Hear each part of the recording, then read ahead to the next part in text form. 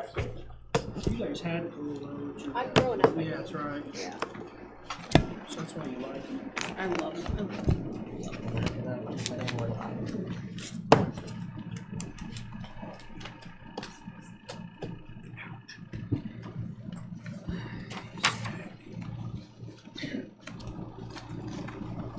Three times the charm. Oh, yeah. Never been to the library. So does this create a new video every time you? Do what? Does it create a new video or does it go to the old video? Continuing it? They're labeled like AM and PM, Okay. so but we're good to go. Okay. Well, welcome back to day 2 of budget hearings. Up next, we have the auditor's office. Good afternoon. Good afternoon. Ron Donovan, auditor. I got one thing on here that I don't have on this budget that we discussed about doing earlier. I looked at a technical assistant on here, make a line item for it. In which sheet?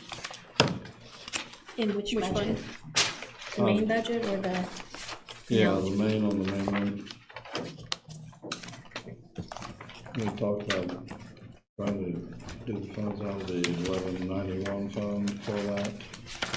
Sorry. 1191 fund, we'd like to pull the funds out of there for this one here. Okay, so on the Riverboat 1191. Yeah. The other option I talked to Ron about is to use that, there's a flat fund that has a healthy balance, and gets revenue every year. We don't budget for it, right? So it's not in the books at all, so we would have to do it by an additional appropriation. It's too late to re-advertise it, but if you were inclined to fund the position, you'd have that before to pay it, and it would have no impact. And that money is limited on what it can be used for, it has to be used for assistance in the auditor's office, so. Whereas Riverboat. We'll also want to talk about that area with the part-time help I need to catch these transfer books out.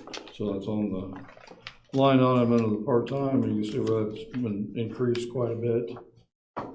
To cover those wages for the year. So don't get too shocked when you look at those numbers.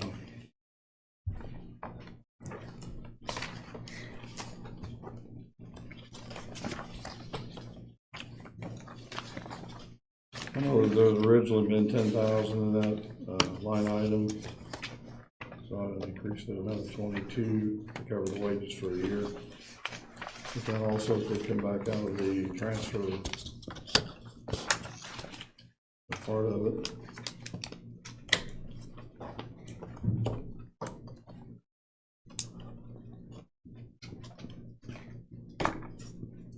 So for the part-time, is that one person or 2 people? That's one person. And how many hours a week is that? Is that still 29? No, 30. they're brought in, hired him in as a part-time position up to 40 hours a week. I don't think you can do that, can you? Yes, I checked with the State Board of Accounts, and that's fine as long as that's how they're hired in. So, For what duration? I don't know how long it's gonna take, Rick. I mean, for them not to be full-time equivalent, full-time person. There was no time limit on it according to State Board of Accounts. The issue is one with the health insurance, so our health insurance Yeah. requires, Right. our health insurance, and ACA, the Affordable Care Act requires anyone who works over 30 hours to be on health insurance unless they're seasonal or temporary. Now, seasonal and temporary could be, well, could be you're hired just to do a specific thing, and. That would be seasonal. Seasonal is a little different, Rick, and seasonal is an amusement park worker, something like that. Okay. Temporary is like, we hired you in to do this job. It may take you 8 months, it may take you 4 months, but you've been hired just to finish this one. We're trying to get all this stuff scanned in or something. So that, you could argue that's a temporary assignment because it is of a limited duration. It's not a promise of forever employment. And then these books, they have to be done by a certain time period? They need caught up. They're like 3 years behind, and little over 3 years now since I've been in office. So, do they need to be caught up in 1 year, 2 years, 3 years? I don't know how long it's gonna take catching up, just having a part-time person help doing. I actually would have liked to have a full-time person back in my office, I'm not gonna lie, but, the fact of the matter is, even having a part-time person doing it, and then we try to help out as much as we can, it's still gonna take a long time to catch this up. So, 3 years is a long time, and each month goes by, I'm getting another month behind on mine because of catching up what's behind before I can take off and do mine. So it's gonna be a lengthy process. It's gotta be a triple check process with the assessor's office, the recorder's office, our office, Oregon State Board of Accounts. That's how we're supposed to do it, and that's what we're doing right now. So they found a lot of changes are that we're gonna have to be made, put back into the system before we can actually put them in the transfer book itself. And we're still waiting on transfer books and pages too. So that's been like a 90-day order right now, and they've not come in yet. So, which unfortunately is another expense, but.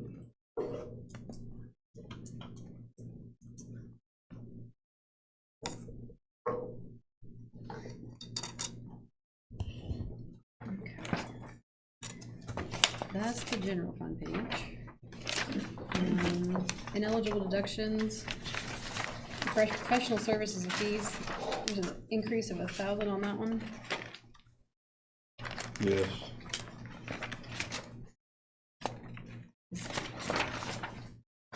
Is it just is there plans for that? What do we normally spend on that? I never used it. I'll say it I never used it. wasn't zero, so I didn't know. Are we using it this year? Yeah, I believe we have so far. That could be adjusted depending on what we're doing with this other. Okay. So that could actually be adjusted or totally left alone. Okay. In the audit section, auditor section, we also have the county elected officials training. It's kind of just got put in because there's no other spot, but it encompasses all, the surveyor, recorder, auditor, treasurer, clerk, and council. Yes. So that's why that's in his section.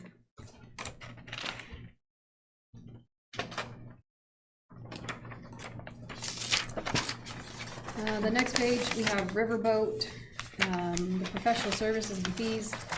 Looks like it took a jump.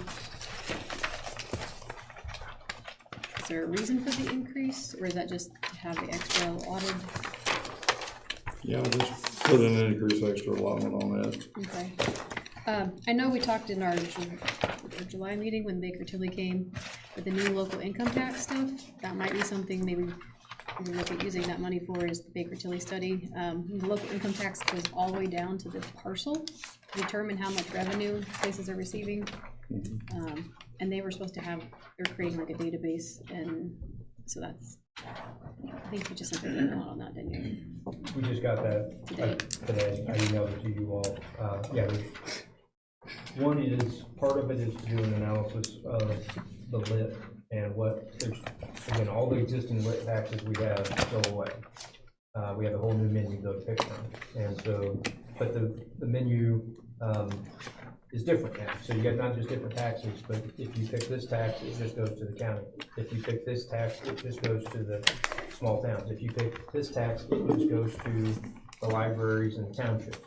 And then there's other ones that are more mixed. So some analysis would be very helpful to determine, because you will have to make these decisions. The towns cannot make these decisions, the libraries cannot make these decisions.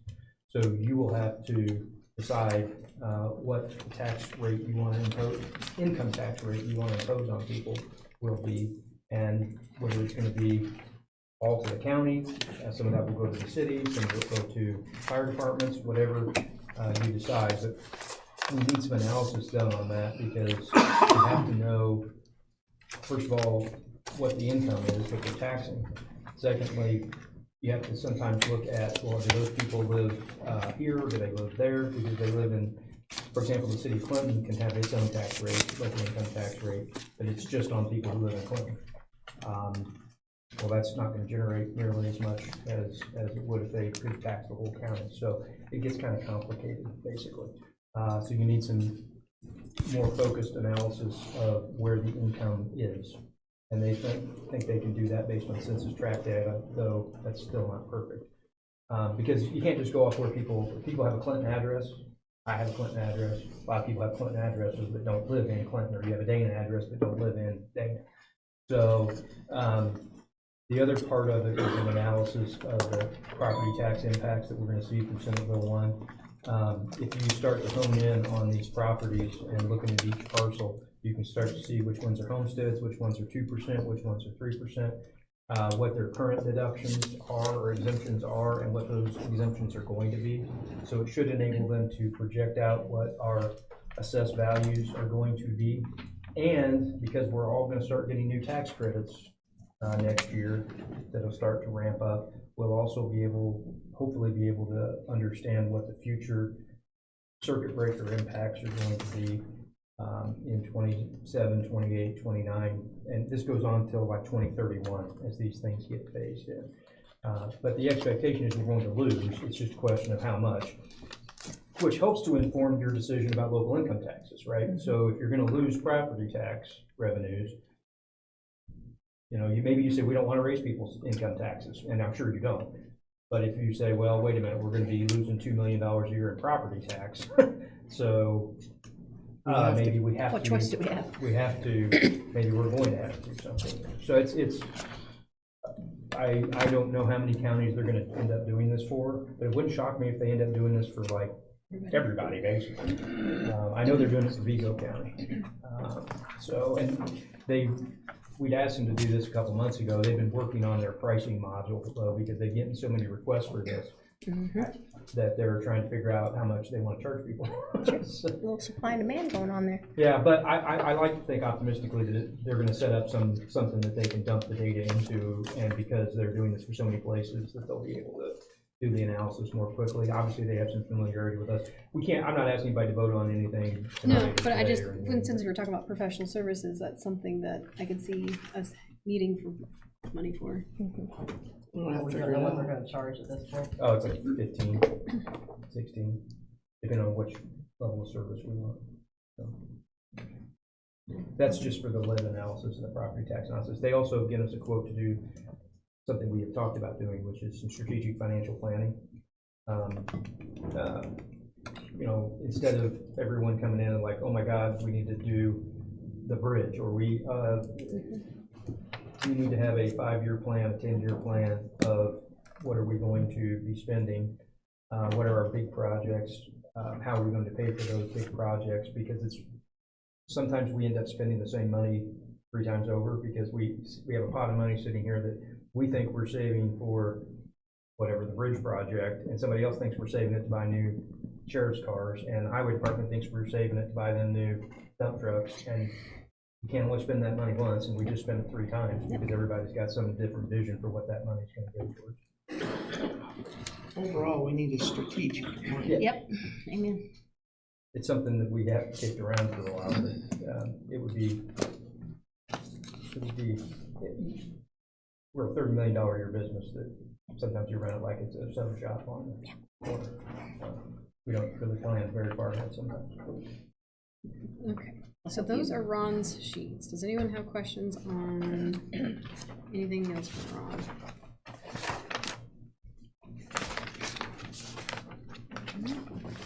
Nothing else? Okay, thanks, Ron. All right, thank you.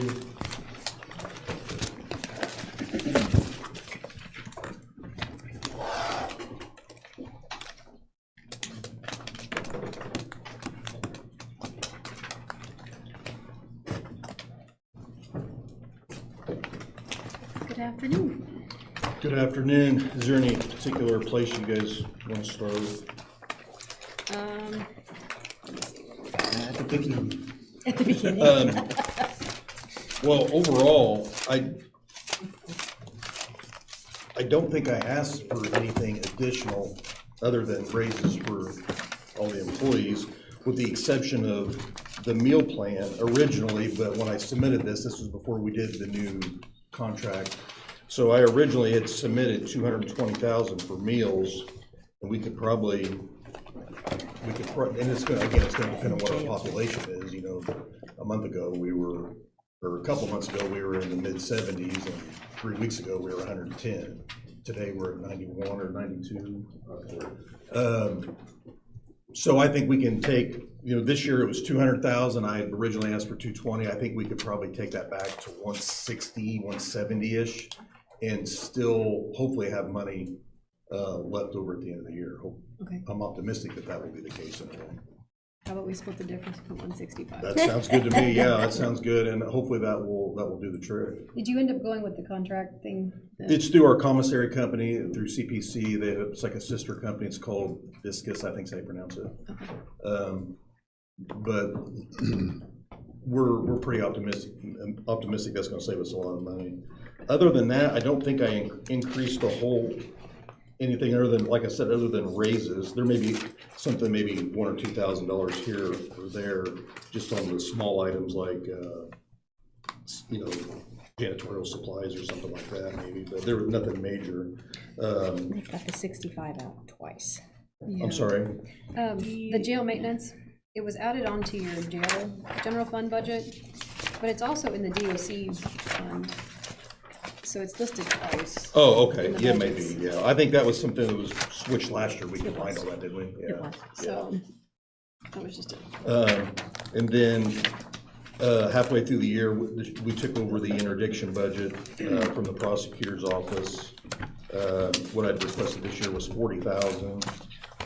And then for the courthouse security, I think when we met a couple months ago, we come up, it needed to be around 98,000, I think. It was 120, it got cut back to, I think, 80. And then after we reassessed and hired the full-time guy, I think what we landed on was 98, if I remember right. our sheet says 80.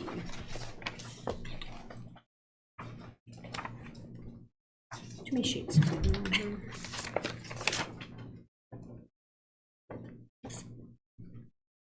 Is that public safety? Yeah, because the courthouse deputy comes out of the certified share. Certified share. Yeah. So that's 98. on there.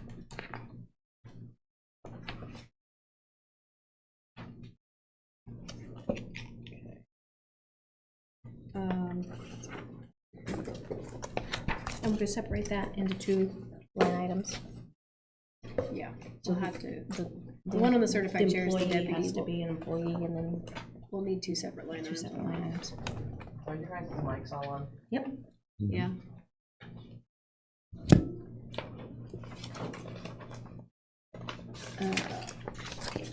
As far as on the jail form, we have the increases on inmate medical, jail water. Yeah, inmate electricity. medical went up. Not a lot, just a couple $1,000s, I think. Oh.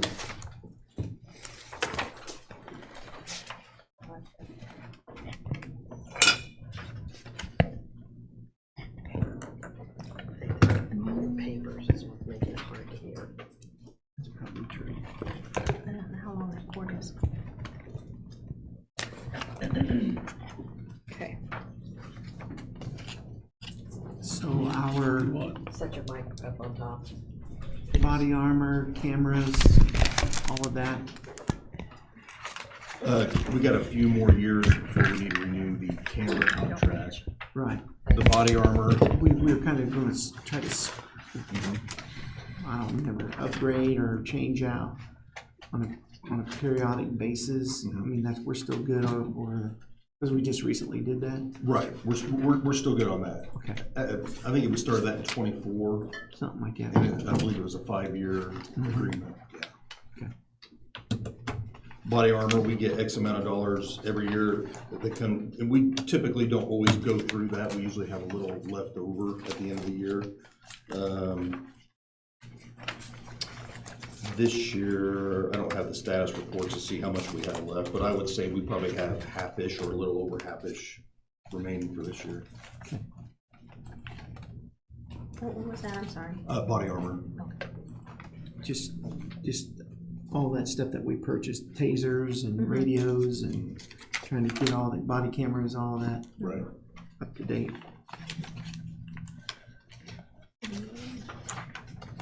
So there's also in the public safety fund, there's some of the sheriff's items.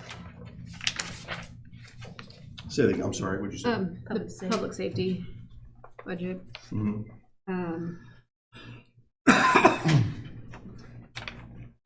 And you got the salary stuff, and then the one item that has been discussed is the sheriff marked car and light bar. We've been looking into, Enterprise has the fleet options. We gotta nail, I don't have solid numbers. We had a meeting last Friday. They gave us some numbers on it, but there were a couple questions that still need cleared up on that. And that was also in 2 places. It's 200,000 being out of here, and then we've got Yes. it out of the 1138 fund, 186,500. So it's 2 places. Right. Okay. Because it was originally in the Cube Capital Development account, Right. and then we put it into public safety because Cube Capital doesn't have the revenue to support it. Right. So we put it into public safety. So just on your budget sheets, note that it's in 2 Okay, spots. okay. But that's something that could possibly change. It looks like it might be beneficial to do the fleet thing with it. We're still getting details on that, so it's still slightly up in the air. as far as Right. that. I've sat through 4 or 5 meetings. If it saves us money, I'm great with it. If you guys want to keep it, or you guys and the commissioners want to keep it the way it is, I'm good with that, just as long as we get a few new cars every year and can cycle through. Okay, appreciate it. Yep. Anything else for the sheriff? No? Nope. Okay, thank you. Appreciate it. So how much we budget for meals, contract meals? 165. 65, 155, 65. 165.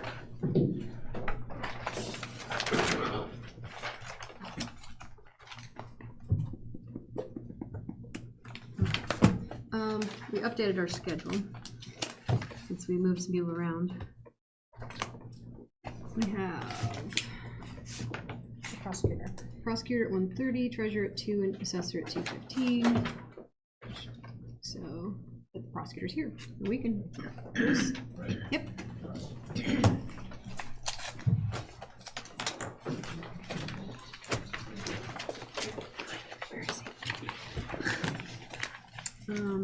Pink, light pink at the bottom.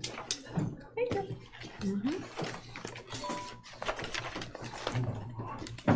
Good afternoon.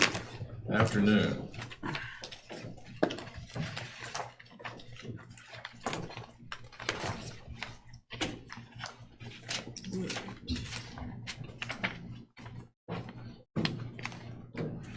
Which sheet do you want to start with? Well, I'll let you call that here in a minute. I'd like to, was in here for some hearings this morning, and I'm sure you guys are getting tired, but it seemed like the mood was pretty heavy, you know, so I wanted to read you something.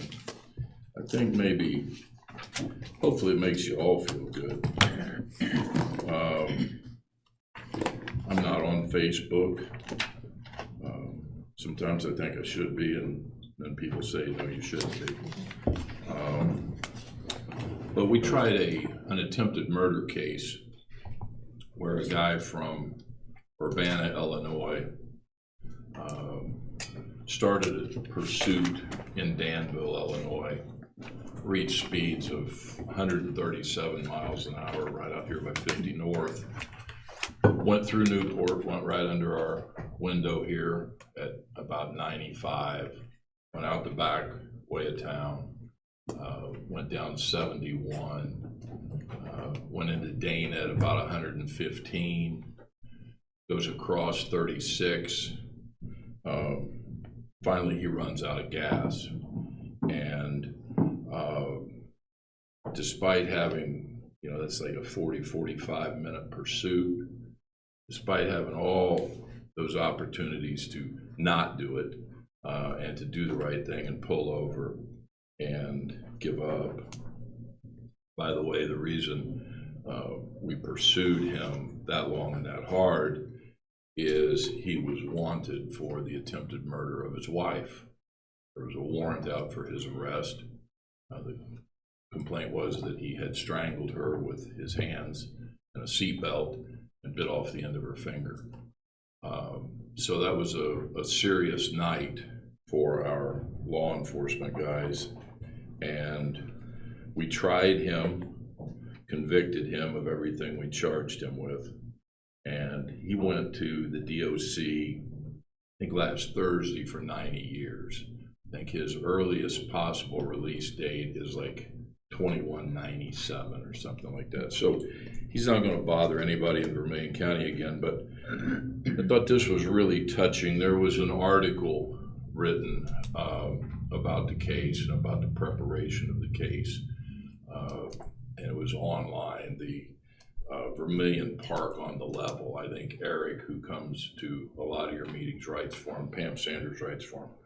But this was a response to that article. And at the end of it, I'll tell you who wrote it. It says, to start, this is one of the best heartfelt articles I've ever read. I don't even know how to start to express how I feel about this team, the law enforcement team, and our extended Blue Line family. Talk about someone having your back when it hits the fan. You all showed up and showed out in a major way. What an incredible blessing it was to have you on our side through this entire ordeal. I can say with confidence that I would never want to be on the other side against you or our Vermilion County Sheriff's Office or surrounding law enforcement agencies. Nothing seems quite adequate to express our gratitude that we have for all of your countless hours of hard work and the confidence you provided us in the case over the past 2.5 years. We'll get to the 2.5 years in just a second. Was reassurance we needed to make it through. You're an invaluable asset to our county, and I pray you never forget that. Thank you from the bottom of our hearts for all that you've done and continue to do. Our little girl sleeps better at night, knowing the, quote, bad guy, end quote, who hurt Daddy can't hurt anyone else again. And we owe that all to you. We truly love you all. That was written by Carly Jo Wilson, the wife of Joey Wilson, a deputy that was shot. And I think at times, you know, we get caught up in a lot of the aggravating parts of your job and my job, and we forget why we do this job. And that's one of them. But I also thought the note pointed out something that I think is kind of an undercurrent through the judge's hearing, my hearing. I don't know, I wasn't in time to hear the public defender's hearing, but if you notice, she said in the last 2.5 years. That's a long time to have a case hanging over your head, waiting for a resolution, waiting for closure. It was a long time for me, and I wasn't involved in the case as a victim. So how did that case take 2.5 years to get from a good family's yard outside of Dana to a trial? 2.5 years. So sometime in the public defender office across the street was appointed to that case to defend him. And they were in it for approximately a year, a little over. And then they filed a motion to withdraw from the case, and they got out of the case. And Judge Young, judge at the time, granted the motion to allow them to withdraw and appointed what's called the State Public Defender Office. And that's in Indianapolis, and in certain cases they will appoint a public defender that works for them, that doesn't work for a county. Now, that public defender could work for a county, but they're also taking on state cases. So he comes in, and he's from New Albany. So, you know, every hearing was a trip. And so we started the case basically all over again with all of the discovery, the depositions, every single question that had been answered by us got answered again by us, sometimes 2 or 3 more times. And I think relevant here is what the cost of that was. The cost was time, 2.5 years. The cost was that hearing is in front of some other hearing that is in a case that's also being delayed. And ultimately, we had a special judge on that case, Hunter Reese out of Warren County. And he was the judge on that case because Chris Reed, our judge, helped prepare that case when he was in the prosecutor's office. Did a tremendous amount of work on it. So, and Judge Reese, I believe, is one of the finest judges in the state of Indiana. He's just a phenomenal judge. So 2.5 years fast forward, and the cost, you know, we get into a little bit of overtime, you asked. But the cost that counters the overtime is what did we pay the public defender? It ain't free. So what did we pay him? Do you know? Anybody? I don't know if you guys have seen the claims or not. We don't know this one. I think it was $34,994.58, maybe there was some change. So we have the delay, we have the trial, and then we have that expense. I believe he has sent in his last bill. But so when the overtime issue comes up, you know, the first message that I have on overtime is when we get in it, we're in it to win it. Okay? There's not a day, whether that day is Thanksgiving or Christmas or New Year's Eve or my birthday or their birthday, that if it has to be done, it's not going to be done on that day. Okay, and Rick, you work for Duke, so you know that's very well. If a power outage occurs, you're not like, ah, man, it was so close to 4 o'clock. We'll get it tomorrow. We'll be back. Oh, it's Friday. It's Friday. See you Monday. Good luck with your freezers. So, the overtime that my office has paid, first is just a fraction of what the real overtime has been. Okay, not all of it has been turned in. But it also is a part of a perfect storm, and that is we have a lot of case backlog, and I've been shorthanded in the office, okay, short-staffed. So, but that's a case, I think in the 2 weeks leading up to that case, we had an Indiana State Police detective here full-time. I think he said he worked 120, 125 hours. I think we had about 150 plus hours of one person's staff time.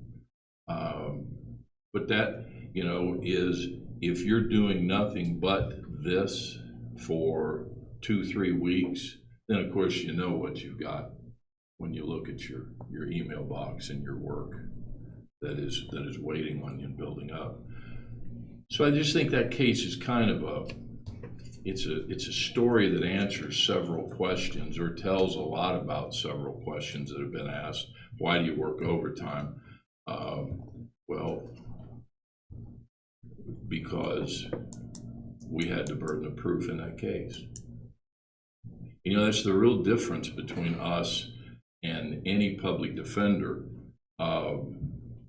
It's almost like if you could imagine a football game where one team is just going to play offense and one team is just going to play defense. But defense starts out with a touchdown lead. Okay, well, the defense doesn't have to do anything now, right? I mean, so the offense team, they have to carry the ball. They have to push the ball. They have to make the game. and that's us. Okay, the defendant, you know, has a constitutional right to remain silent, and this defendant did. So I don't want to say never, but boy, it would be close to never. In all of these cases involving a public defender, we send out discovery, we send out witness lists, we send out exhibit lists, we send out all of this stuff in every case on a timeline set by the court. If I had to guess how many times we have received discovery back from a public defender in the last 5 years, 5, 10, I don't know. It would be a very small number. Okay, so there's a huge difference, not in importance. Okay, this guy is doing a very important job. George Strive was his name, and he did a good job. And he put on the best case his client's behavior allowed to put him on. Okay. He has his job to do, but he doesn't have to prove anything. Okay. He can win, never ever saying a word. Remember, because all they're doing is playing defense, right? So I think that's an important distinction between the prosecutor's office and the public defender's office. And, you know, the cases, I wasn't in here for Mike's thing. I saw the cases. Those are public defender cases. They're not private hire cases. So if you have any questions up to that point, I'm glad to answer them. But I just thought it was important to note the difference between our office and the defense office, the public defender's office. But like I say, they have their job to do. I don't do their job. I have a job to do, and they don't help me do that. So there's a statute in Indiana, and I'm going to hand out a book of exhibits here. Not right now, just in a second, but I'll read it to you, and then we can get to the budget. It's Indiana Code 333962, and it applies to prosecutors. Subsection H, and it will be on the front page of the book when I hand it out. I'm just going to read a little bit of it. The various county councils shall appropriate annually an amount necessary for the proper discharge of the duties imposed by law upon the office of the prosecuting attorney in each judicial district circuit. So I have Nina here, Nina Alexander, and she's going to speak a little bit at the very end about that statute and some of the duties we have that maybe I haven't done a very good job articulating to you folks over the years, because when I hear, and I think the question you asked was a good one, Rick, and it really kind of goes right along with the question that I was going to ask you, and that is, what's the council's goal here this year? I mean, did you come into the meeting saying, we just got to save every penny, or hey, it's going down by this percent, we need this percent cut, we got this, what's the goal? Is there one, or is it just information processing at this point? I think every year we come into budget hearings trying to figure out how we can spread the money the farthest to get the most done for our county and for all the departments. Being fiscally responsible with the money that we're allotted. Right. That's pretty much it. I mean, with what's needed to keep the county running. And I think Rick's question to the clerk, got into that. What do you need? Mm-hmm. Okay. So the budget that I have provided you, and I know the judge is going to have to leave. He's here to talk about pure court. I'll cover it when I get to it, but I know you got to be at a school function. So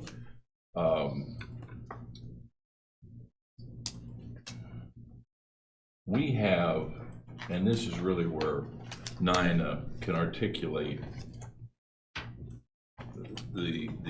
probably the solution a lot better than I can.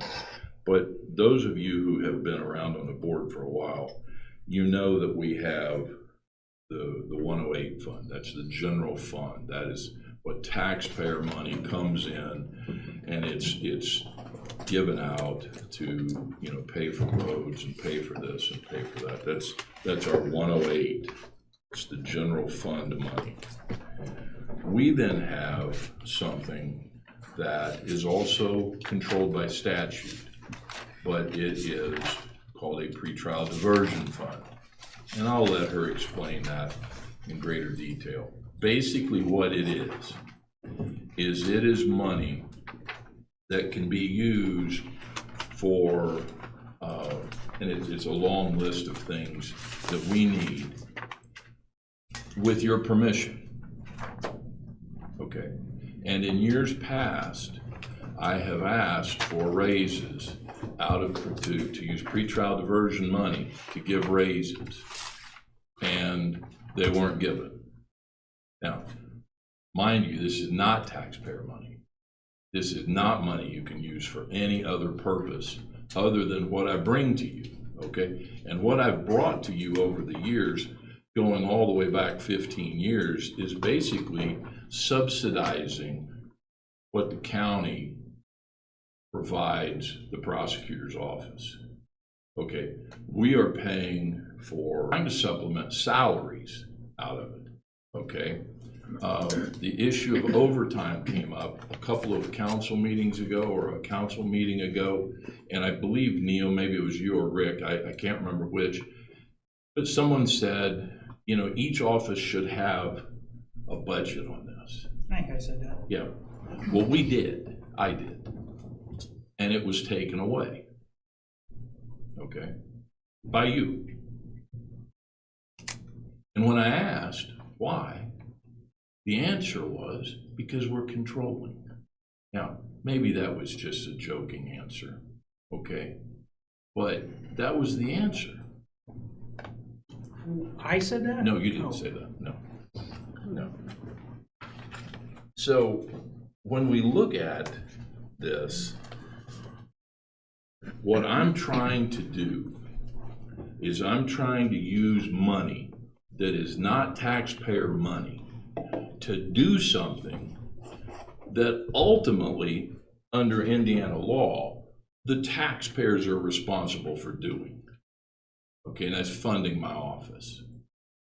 But if you look back at all of my budgets, okay, I have never engaged in this, and somebody said, made the comment to me that it's really kind of rewarding bad behavior.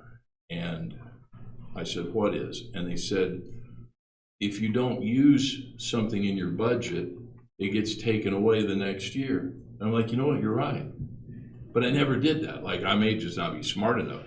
If I need pens, I buy pens. But I'm not gonna buy $5,000 worth of pens because it's the last day of the year and I got office supplies. I mean, who would do that, right?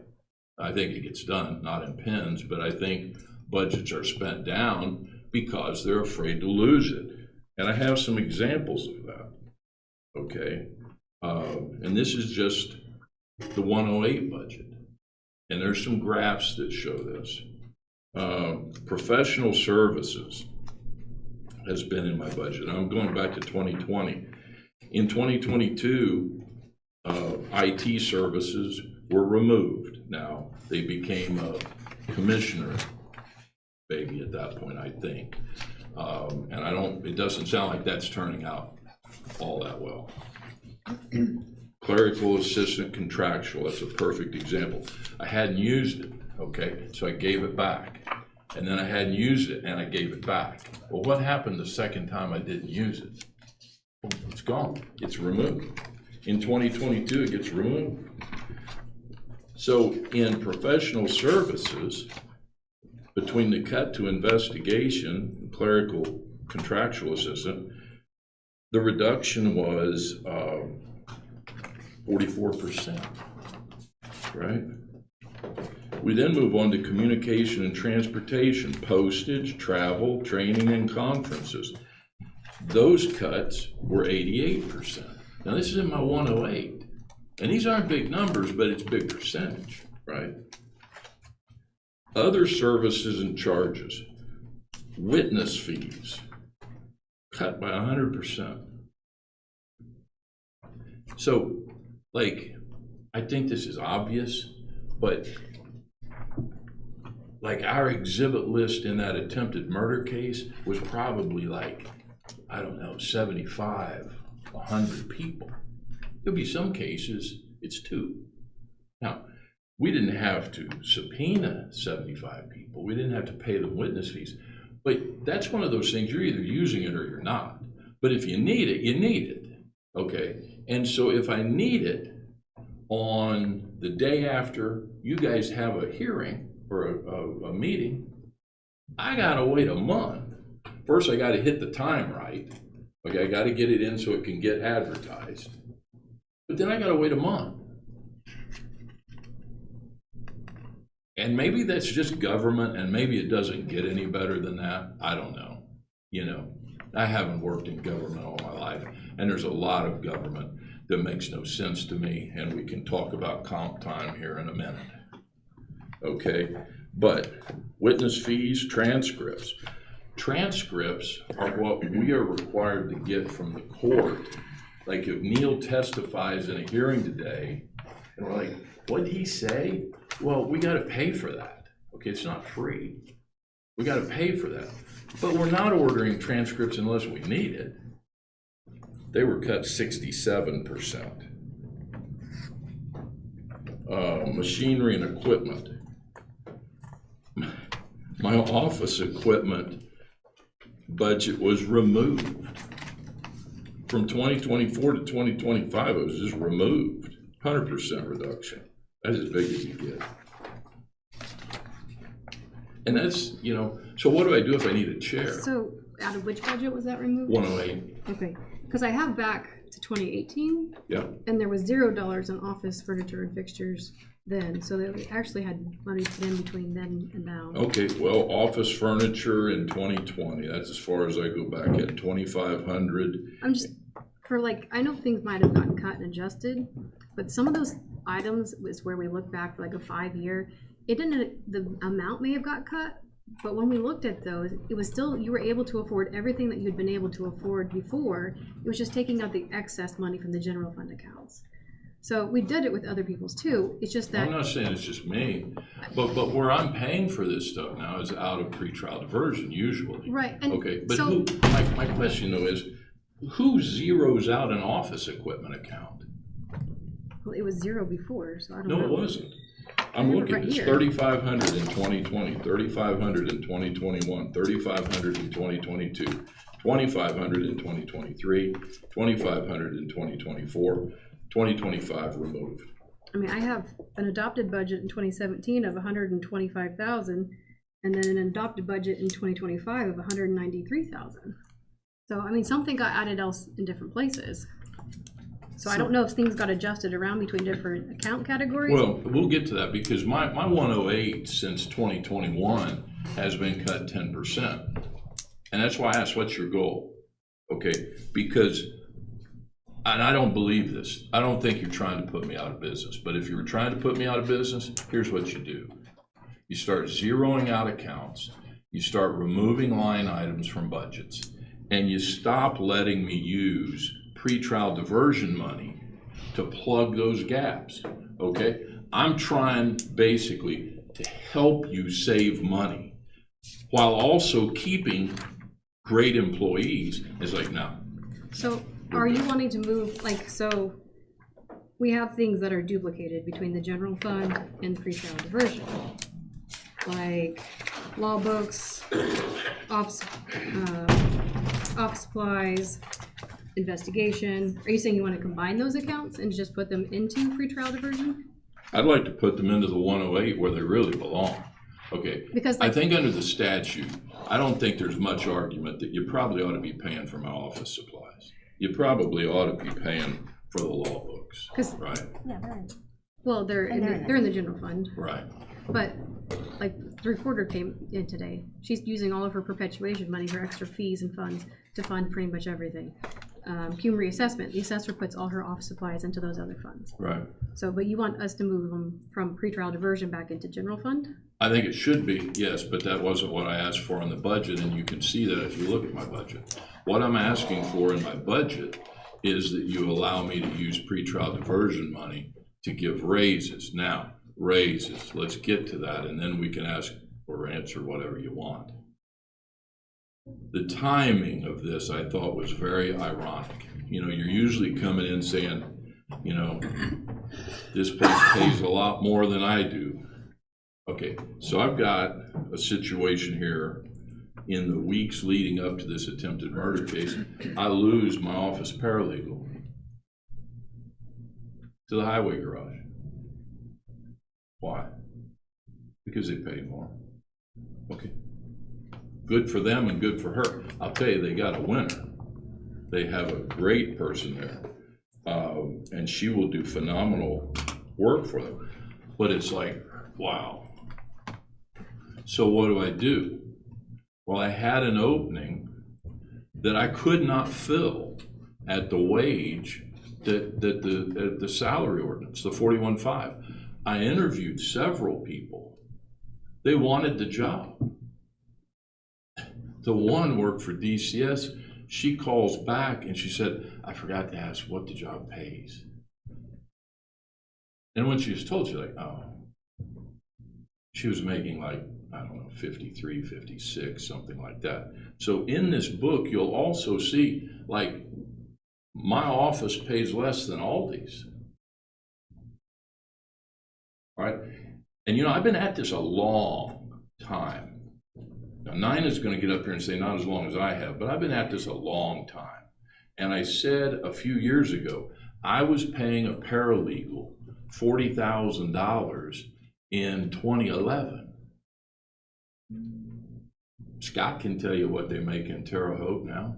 Probably better than I can because I'm not in that bar anymore. Okay? But that's what we have. And go ahead and let's look at the books.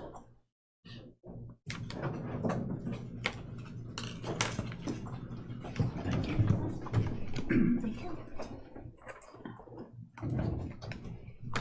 Sit down, I'm sorry.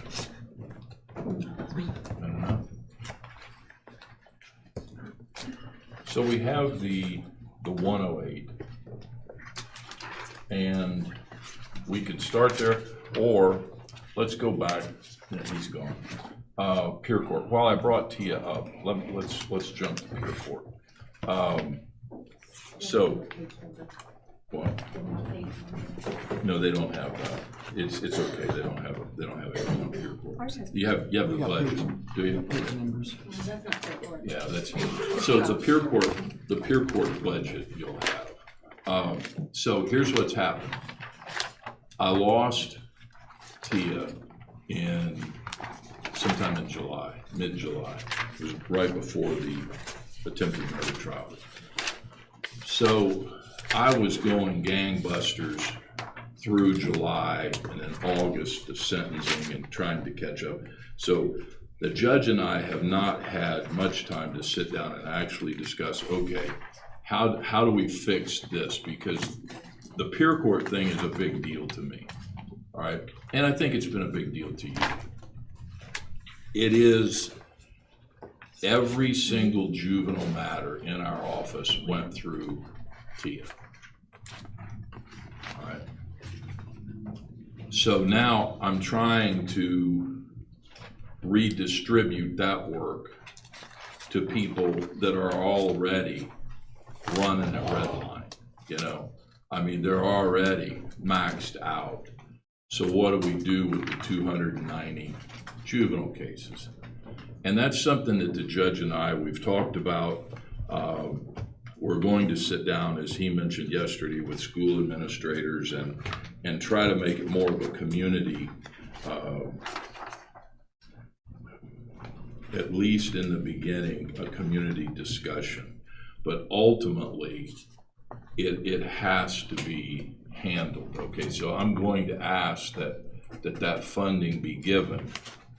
But I do not have a person in mind for that job yet because I haven't had time. All right, it's just as simple as that. So that is Pier Court. VOCA, in your budget, that's a grant, and that takes care of itself. The STOP grant, same thing, and I'm trying to move along here so we can get to the meat of the dinner.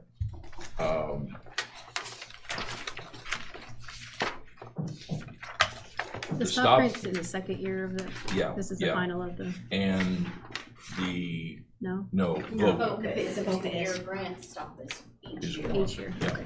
and the STOP grant is going to go down some. I think it's down to 87,000.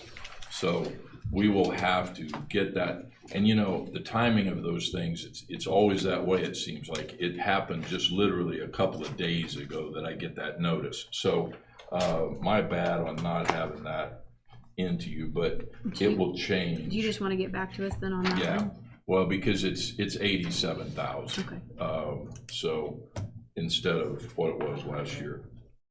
Child support, okay, 4D. And this is where I'm going to take just a minute to brag, not because I did something, because I do very little on this.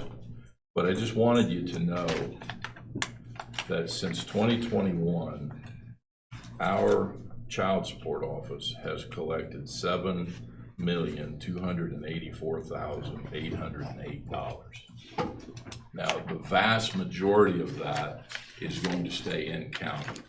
Now, there are some cases where you've got a parent living somewhere else, but the vast majority of that. So that office is just, it does an incredible job. And I think the graphs you'll see on page 5, really there's several, page 2, 3, 4, 5, 6, and 7 all kind of show a different room of 4D. And one is, you know, we get reimbursed for our expenses there. Part of it. County General gets money. 108, my general fund, gets money. And then I think some goes to the clerk office. But when you add up the totality of the cost of that office, okay, the 4D administrator, NINA is in there, you add up all of it. In 2024, it made the county $22,804.42. So if we could get more offices like that, we'd be in the clear. But tremendous job on a very tough job. But a lot of the money there is reimbursed. There's incentive money to the county over, looks like in 2025 so far, it's like $4,200 back in incentive just to the county, to the clerk $4,200, and to the prosecutor $6,300. Total reimbursement to the county 4D so far this year is $65,295. Last year it was $112,913, and the total incentive funds to the county were $25,000. That's on page 4. So what you also see is, like, I don't know, you know, we hear different counties brought up. I mean, Fountain County, Warren County, Park County.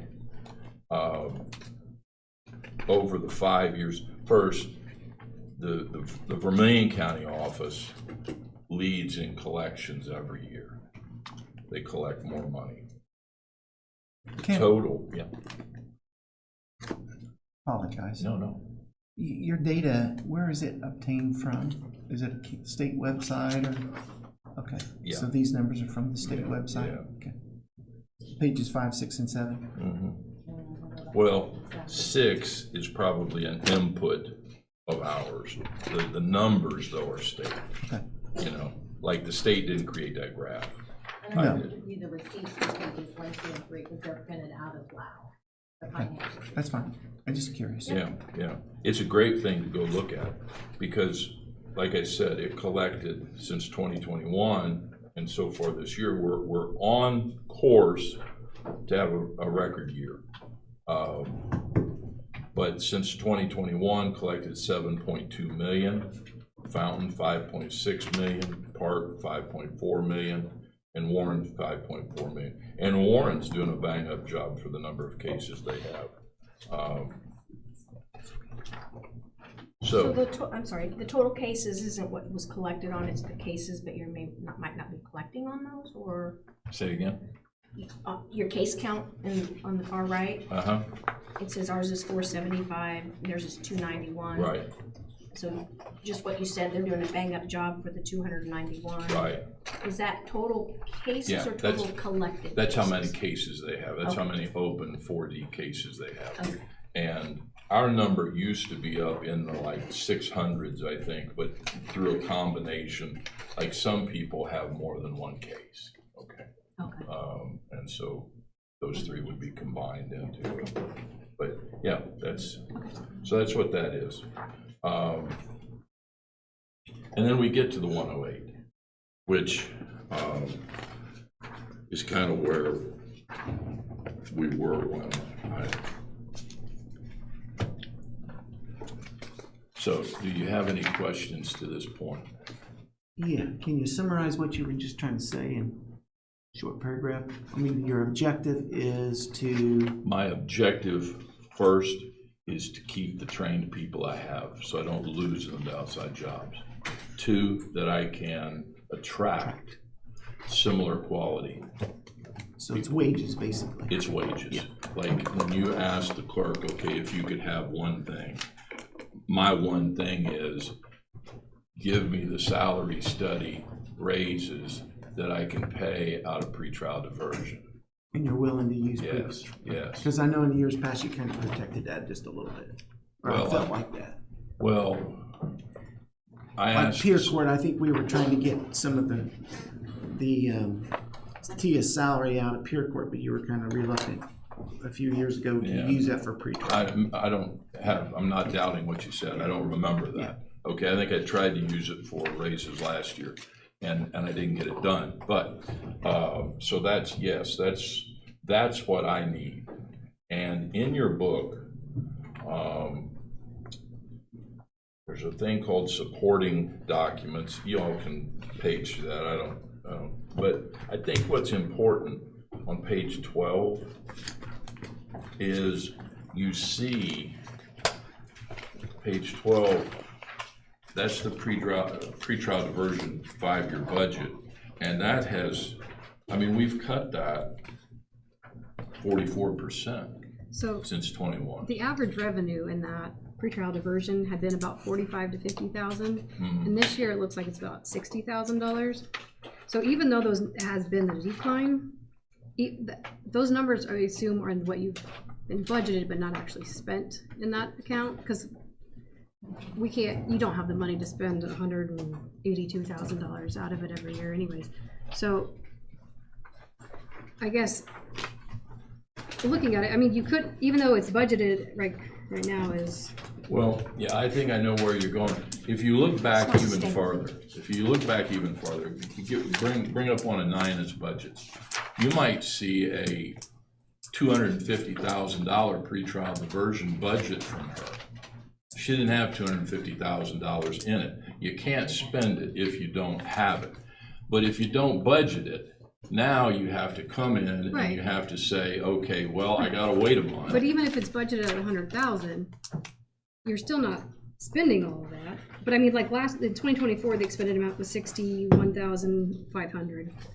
And so with revenues coming in at 600, you're still budgeted enough to spend everything that you are receiving in. I mean, you do have a current balance in there, like built up, because Well, and realistically, what we try to do is we try to take what's projected to come in, what's in the bank, what's projected to come in, and make sure that we don't go over that amount as far as budgeting. You don't want to put a $5 million budget when you're only expecting $100. Well, the fact is, when you were auditor, it didn't even get that good, because there were things, like it was unbudgeted. There was money not even in the budget that we had in pretrial diversion, okay? Well, I just, Well, no, I mean, line items were taken out, you know, so. yeah, okay. Anyway, I get what you're saying, Ashley. I'm just saying, who else has cut their budget 44%, right? but you haven't cut the budget because you can still spend all the money that's in there. Like the current What do fund you mean? balance. That doesn't, I didn't cut the budget, but it's declined? But I mean, you can still spend as much money that's. It's like saying you need $20,000 for a $5,000 item. Yeah, we can increase your budget to $20,000, but you're still only spending $5,000 of it. So Plan to spend. let me find it on here. Well, let's look at the 108 then. I mean, we could. So we could do pretrial that. diversion has about $125,000 right now as of June 30th. So theoretically, if you even spent all of this year's budget, if you spent everything we allotted you to spend for 2025, and you spent every penny of it, then you wouldn't even be able to have the requested budget because you're not going to have enough income in that fund.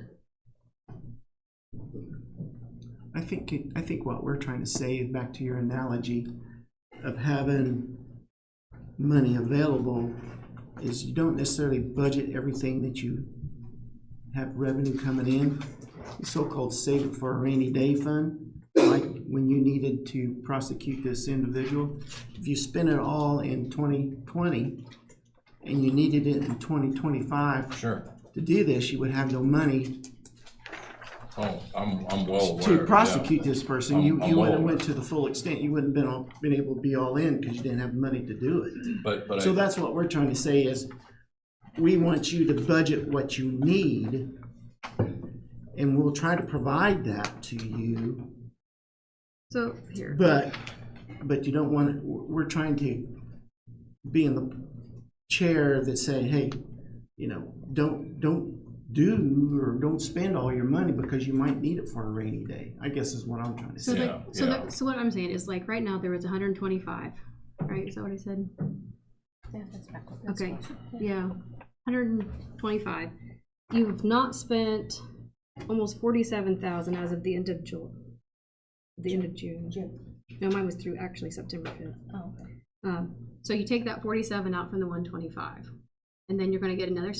You want to spend 100 and the budget was at 138,000, but you're only going to get 60,000 in revenue. So when you add all those up, you're going to be pushing to be able to spend every penny you have that you have saved up in that account. usually I don't spend all of it. That's what I'm It's saying. same in the 108. I don't Right. spend that just because it's there. But like last year, I mean, who, in 24, basically we did spend the amount of revenue coming in. Yeah. So and you know, we paid for our own Axon, which is very expensive. You know, and that's another thing.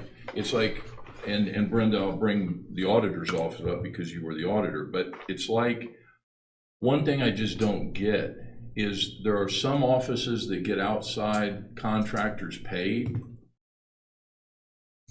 and some that don't, okay? Like Lao, okay? That seems to show up as a commissioner's expense, but it's an auditor's program, right? Yes, Okay, but but it's not in your budget.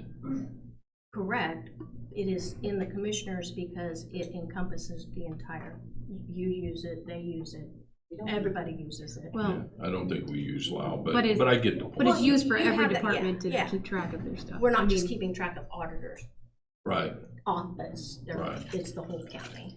And that was like that before. No, I'm not Like, saying you did that. I'm just saying, That's why that was, has anybody, you know, when you start talking about, hey, we gotta save money, has anybody looked at the outside contracts? okay? I mean, how much are we paying Lau? How much are we paying Baker Tilly? How much are we paying the architects? I mean, like, not to go off on a possum trail here, but the rumors mill, I mean, I haven't been to one of these meetings, but I'm hearing that $1,090,000 has been spent on the Ernie Pyle School to make it into a daycare? Is that accurate? It'll be more than that. How much? Well, that is not funded through taxpayer money. Well, that money has to come somewhere. That hasn't been spent, that much hasn't been spent so far. No, that hasn't. I was told it was $1,090,000, but let's say it isn't. It sounds like we're To do going the higher. project, it would be $1 million. Yeah. I've heard 3 million. Well, it'd be $3 million, yeah, but that's. So- It's not property tax, it's not That includes grants and You, other stuff. taxpayer fees on that, that is TIF and predominantly coming from Elaine Co's money. So it doesn't come from taxpayers? No. Now, redevelopment receives some money from local income tax through income from redevelopment, from economic development fund. But the TIF money that is being used to do most of the, all the Ernie Pyle stuff. So some of the other functions in redevelopment are funded through the economic development fund. Like the tear downs of the buildings, the demolitions, the I was just wondering, I mean, I see like, Brownsfield grant stuff, like all that kind of advice, all that is done also through redevelopment. like, I'm looking at engineering services, you know. So if and, you I mean, see anything in there that comes out of the allocation fund 1 or 2, 400,000. so that is the, Oh, we bought, what? was that, 400,000? when was I that? mean, I don't know, you're asking. It's about dated, stuff- James, yeah. My point is with all due respect, I feel like the first thing we're hard on are the people that make this thing run, all right? Like, 2025 has been, up to this point, horrible for me because I couldn't find anybody that could work for the salary that had been budgeted in my office. You know, you could hire somebody and train them, but when do I do that? Well, it's the same thing You know? we had with the sheriff's department. Sheriff's department, again, and you have too, presented us salaries. We tried to do what we could do last year for the sheriff's department. I mean, this is something that maybe we need to look at, particularly for your office. But I guess what I'm trying to say is we're kind of getting off subject here. Yeah. We're going And I down agree. 100 different rabbit paths. Yeah. We've done this for 45 minutes. We Right. really need to get to the budget. Okay, I hate and to I say think, that, I think I've said what I needed to say on the Yeah. budget. My 108, by the way, since 2021, has been cut 10%. So if the goal was everybody cut 10%, I'm there. Or I've been there. The other documents in here, total prosecutor cases, you can see that. And I'm glad to come to any meeting you guys have where you'd want to hear about what the cases are or why there are so many or why it's taken so long. Any questions of me? Wages. Wages. Thank you, Rick. Wages. Yes, wages. Nina? We told you we could take 5 losses minutes. out of pre-trial for salary. Thank you all. You're welcome. Thank you. I saw this as much simpler issue. And yes, I'm much older and I've been here longer than Bruce has. The one thing I just want you to look at is this very first thing here, the statute, because the statute imposes upon the county a duty to fund the prosecutor's office. And that's that 108 budget, okay? And it lists in there very specific things. deputies, investigators, clerical assistant, office supplies, other operating expenses, so that the law imposes that duty upon you. Now, I always wondered when I did this, and I would have had to do this, let's see, 14 times here, budgets, how come it was so much easier? And I think what you have to understand is that the pretrial fund, when we use that pretrial diversion money, we help underwrite what you do in 108. You can put less in 108 because of what we spend in pretrial. Does that make sense? If you're willing to spend it. And we have been. Okay. Because I sent Bruce an email the other day. He said, no, I don't want to do that. What if we just decided 244 pretrial, stay with me here, pretrial can only be spent by the prosecutor's office, okay? However, in order to spend it, we need your authorization to spend it on the things we want to spend it on. And what we spend it on is governed by statute. We can't go out there and buy Colts tickets with it Right. because it's governed by statute. We can only do those things that support our office. Now, you have been gracious enough, and I'm not being, I mean gracious. We have been allowed to spend the money on everything we want to spend it on, except for elevating the money that is paid to the people in our office. And I don't understand that. I don't understand how, if we're willing to support you on 90% of what's in this statute, why aren't you willing to support us by allowing us to have, I used to have a line item that said staff support. That's all it said, and I had like $35,000, $40,000 in it. And when I needed to pay my staff more, because I thought they'd done an extra good job, I paid it out of that. It was a simple thing, and nobody ever got upset with me, and nobody ever got angry, and nobody ever questioned my pretrial budgets.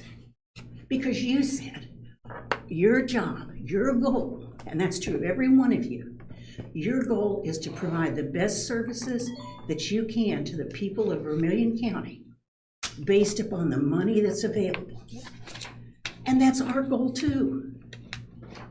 I mean, I just, for the life of me, don't know why you might say to us, you can spend it on all these things, but you can't spend it on your staff. It just is illogical to me.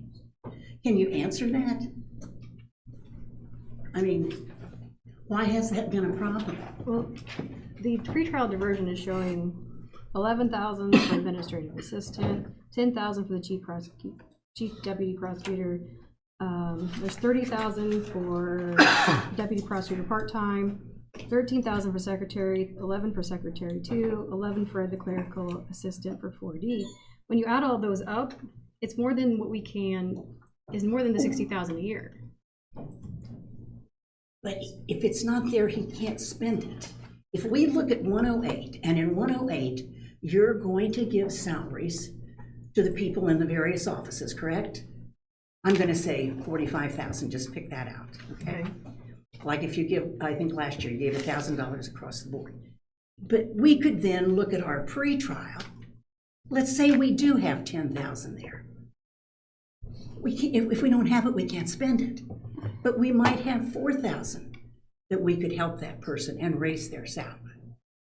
I would just pay them bonuses each That's year with what you What have. happens if, like, the salary gets, I'm sorry, go No, ahead. go ahead, that's all I'm Apologize. saying. I'm sorry, ask me again. I'm just saying, why can't you just pay it out in a bonus each year with the money that you have in the account? Because you won't let us. You haven't authorized us to pay anything out of pretrial that would go to staff support. But you've asked for salary increases, which is also, there's another 18, 19% added on top of that because you have Medicare, Social Security. I understand and PERF. that. So those costs need to be included. Yeah. A stipend is different than a salary increase. Well, then fine. You give us 50,000 in staff support and we'll use it and we'll pay the other items that we need to pay. It just, Kelly, I think it's a great idea. I really do. Just paying it out of the bonus, I mean, with what you Yes, have? I think that. I think it kind of leading into my question was if there's a, does that have to be changed, like the base salary? If the county has a salary, it's, well, you said $45,000, and the prosecutor's office says, I think this person's worked tremendous job, they deserve $50,000. Is that is above and beyond what the set salary is, the ordinance? I'm just asking, how does that, or does the ordinance have to be changed to $50,000 so they can go up to 50? No, Because what if it the would- money, what it if would be like- pre-tile doesn't exist to the point where they say, well, I was gonna give them an extra 10 this year, we wanted to, but we don't have it. So what happens? Is the county responsial for paying an No. additional appropriation to cover that? I think what had been done, Just like, asking. there used to be like maybe $2,000-3,000 in pretrial, to where if they had like an exceptionally hard year, or someone stepped up and did more work, I think it was at the discretion of the prosecutor to do, because I had like 3,000 in there before, but it had never been paid. Like 2016 says not expended. It's always been in the pretrial diversion budget, but it wasn't always paid unless they felt like the necessary that they wanted to. So it wasn't on the salary resolution as guaranteed as a salary. And it wouldn't have It was to an be. optional. But we would need a line item in our pretrial fund for staff support. And that's what I had all the time. One year, when my chief deputy had some really difficult personal problems, I needed to hire another deputy prosecutor, but I only needed him 1 day a week. And that was to go up and sit in court. I said, you know, it's the falling off the log stuff. Just say yes, no, and follow the plea agreement. But I needed a person there, and I had that money. So I just,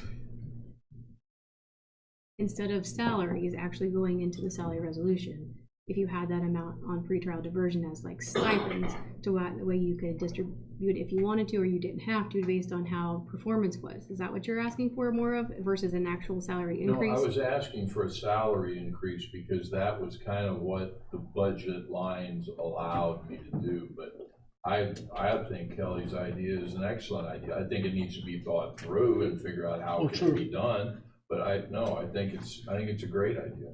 that's essentially what I did. If I needed it, I had it there to use it. 1 year, I needed to use a lot more than I had in other years. And then if you've just got a horrible year, well, there isn't anything there. So, Well, Right. and if somebody quits after 9 months, they're not gonna get a bonus, they're not gonna get, additional things. And salaries never go down, so we can't just keep raising salaries. And what is being discussed right now, I'm gonna say, is a common business practice, Absolutely. but typically not for hourly people, it's mostly for salary. And it's a luxury we have because of the pretrial fund. And our county, we get a lot more money in pretrial than they do in a lot of other counties. Steve Savingros in Park County used to call Highway 63 Ninus Toll Road. He didn't get any infraction. People weren't getting stopped for speeding in Park County like they're getting stopped on 63. And I used to say that he made that up on the minor consumers in Turkey Run, because I didn't have that. But some counties have a very small amount, but we have, over the years, I would say averaged 75 to 80,000 a year. And it's a non-reverting fund. If we don't spend it, it builds up. It's not like we're taking it away from anybody. And the other thing I'd say, this job has changed so much, the job of prosecutor. That's what I had. Look how it's aged in. I did read that. I remember when he was a small young man. But it's an all-consuming thing. You get calls at home all the time, at night, on weekends. And they do too. Of course, I know that. I don't know anybody in this courthouse that doesn't work to do a good job. What would a fund line item that would be for staff support, or whatever the title would be? Is that be in the 1,000 series. Anybody that's paid with a W-2 would be a one. So anything in the 2,000 or 3,000s, you know, if they said, well, we haven't spent, we need to give stipends, we don't have it, but we do have it in the 3,000, so that'd be a transfer, so there'd be something like a transfer that would come for. It would have to be a transfer and an update to the salary resolution. One's all are in the salary resolution. So if the pretrial diversion budget, you know, if you didn't have the income for that to create, you know, to fulfill that entire budget, you didn't spend all that, you know, then you would have to do something like that. You know, you'd have to start picking and choosing which of the line items. Right. So that would be up to the prosecutor's office to determine that. I mean, we would have no, Well, kind of like it is now. It's basically over Yeah. budgeted for what the fund balance is, and he can pick and choose out of there what he wants to usually put that on expenses. Well, I would ask that you consider that and consider putting, 40 to 50,000 in a staff support account for us. and what would that do to the positions that are there now? Would those be kept as they are, or? Well, they'd be whatever you allocate to the courthouse workers, to the staff. And then Bruce would make a determination as to which ones, some people do a better job for you than others. You got a guy that works for you that packs my ice cream about 4 inches above the top. That's the guy I look for when I go. I wanna know who that is. What I meant was like in general fund, you have like secretary 2, those show up in pretrial diversion, and they have a number associated with that. Would those go away in pretrial and they would become just staff support one item? Yes, we wouldn't have to identify them as person 1, 2, 3, or 4. Actually, I think we do. I think we do. You're still gonna have to amend the salary. Because based on some state board of accounts feedback, I think we have to label who they would go to somehow on the salary. But they may resolution. not go to them. I know. We'll have to talk with state board of accounts on that, because they just mentioned this last week to us. So, But I know it's not something we can done figure out because on I the did it for. technicalities. Would there be a maximum, like, You could do something like that perhaps where you said you could grant that discretion perhaps as part of your salary resolution every year. Maybe. could the But that's salary the- resolution include a base salary plus up to this point? Yeah, Like could up it to, be- Sure. because you couldn't say, I really like this person, I'm gonna give that person the whole 50,000.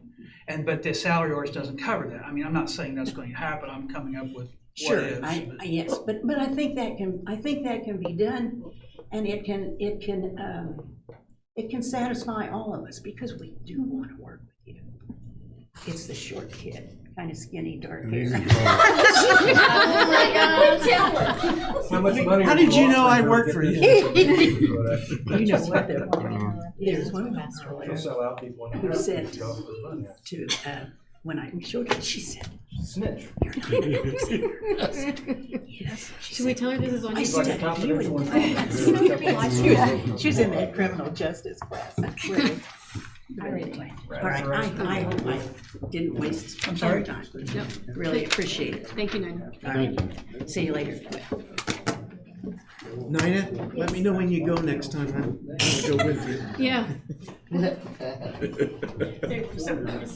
right. I'm glad to hear that. All right, Paige, come on. Might Paige wanna is say here for the assessor's budget. Yep, thank you, She decided she was willing to come in instead of tomorrow. So thank you, Paige. thank you. Well, we did. We were I didn't know that, but my thoughts were that. We'll squeeze him in. I texted him. I lived in back then. Oh, I don't know when. We'll just throw him in whenever. Well, that's what I was saying, was, is it just become a blind? Paige, assessor. She's yellow. Right there. Sure she does. You'd almost have to have a line item on the pretrial for every person that works in there with an She's yellow with my amount vote. not to exceed. Down here. There you go. Oh, I don't know. You've got, So she's coming in for tomorrow. She is. No, Paige is here right now. That's what I mean, so I'm gonna scratch her off tomorrow. Oh, yeah, she was scheduled for tomorrow. okay. Paige has 3 sheets. The first is the general fund. The only thing in the general fund is her salaries. Just her and her 2 deputies. So that one's pretty self-explanatory. Unless you want to say anything about it. Not yet. Okay. And then Cume reassessment? Okay, Let's go the other one. Okay, we do the If other you one. don't mind. Nope, the assessment Just- training fund. Yes, just because after you updated the salary ordinance last year when I was able to move some money, actually this year, for my part-time help. That's why I put 20 Okay. on this, and it's fine to stay down to where it has been in prior years at 5. Since I Oh, already have a okay. new line item in Cume reassessment. Okay, so you need that back down to 5. Yeah. I'm sorry about that. It's okay. Those are, But that's one of those building funds, so, okay. and I think I had gotten from Well, Justin, I think Okay. there's like 20. So we need to put that in Cume reassessment. It's not on our sheet for you. I know. it doesn't do that, that's the system. So the additionals don't automatically, like, even though there's basically a new item on your budget for 2025, since it wasn't budgeted in 25 originally, I know it doesn't show up on the sheet, so, but I do have a line item for part-time pay currently, and for Yes. 2025. in 25. So do you want, And you want it in here. you want 20,000 or 15,000 Yeah, like you have now for 2025? So you have to force that on 2026. Well, it'll just It- get it will- updated for it, so it'll show up if we, It'll do it when they We do can the add actual it budget. for the 2026 budget on here. It's just Yes. not populating from the report because it wasn't there before January 1, 2025. All right, Does that make sense? yeah. Okay. So, We just need to double So check. and make sure 4930, too. you want 15,000 for a part-time, or 20? I had 15's good. Surely that'll be enough. I didn't even spend the 10 this year that I had, so. Which fund are you in, Ashley? I'm sorry. 4930, Okay, so that's the Cume reassessment. yeah. yeah. Because I think we Yeah. ended up moving Did you money in advertise Cume that? reassessment from her equipment and maintenance. I'm sure. No, from No, professional service fees. I moved it to data entry clerk for the 2025 as an additional, Oh, yeah. or a transfer. We're good. Yes, and I have the number if you need it. Yeah, if the you guys account want number, it. make sure we get that right. 4930 11700. The 4 zeros, Okay, 0109. okay.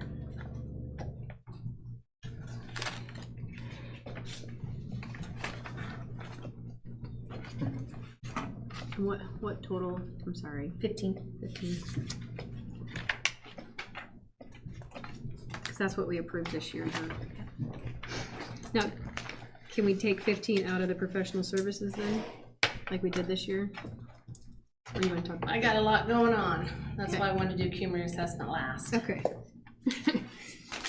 Was there anything else before we go there then on the training fund? No, just I don't need that much more. So we're cutting the training fund Yes. a little bit, okay. We're That just gonna one put it was- back to, put it back to Back to 5. Okay, that one was, Yeah, because we only get about 3,400 in that one a year. But we've got 30,000. But there's, yeah, there's you got some 30,000. cash. So the general fund, we didn't, have we talked about that? Yep, we're done with that. We're done with that. We're not doing That's anything. just my There's just salaries. salaries on that. Okay, just salary. She pays everything else out of the Okay. Cume reassessment. Like And all then her the fund supplies. 1131, we're changing data entry clerk from 20 to 5. Right. Yes. All right. Okay, I'm in the process of contract talks for my cyclical reassessment. I just did put it out for bids. I'm sorry that it's so late in the year for that.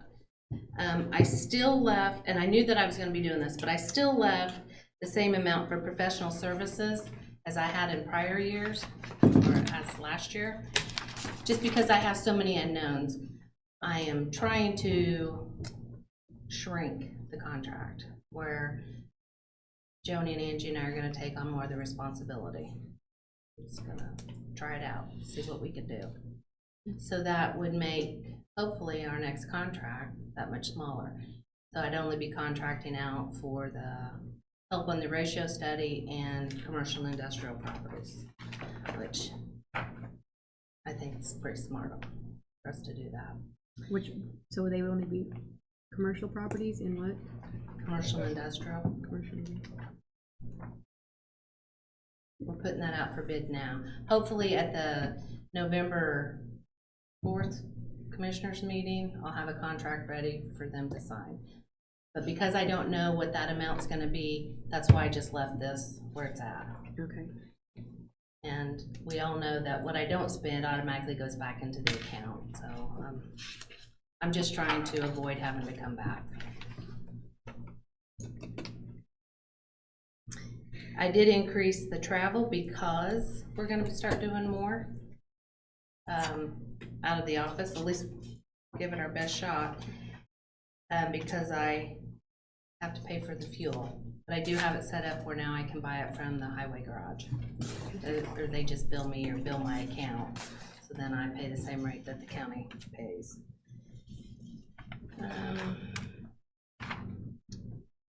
And that's the same. When's your next flyover? I don't know what you call it, the pictures or whatever, photography?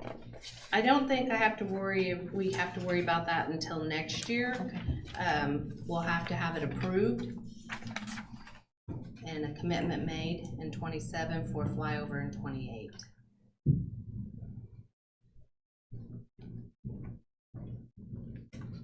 Have you thought about a deferral program where I could pay you extra money and it would defer any of my assessment done?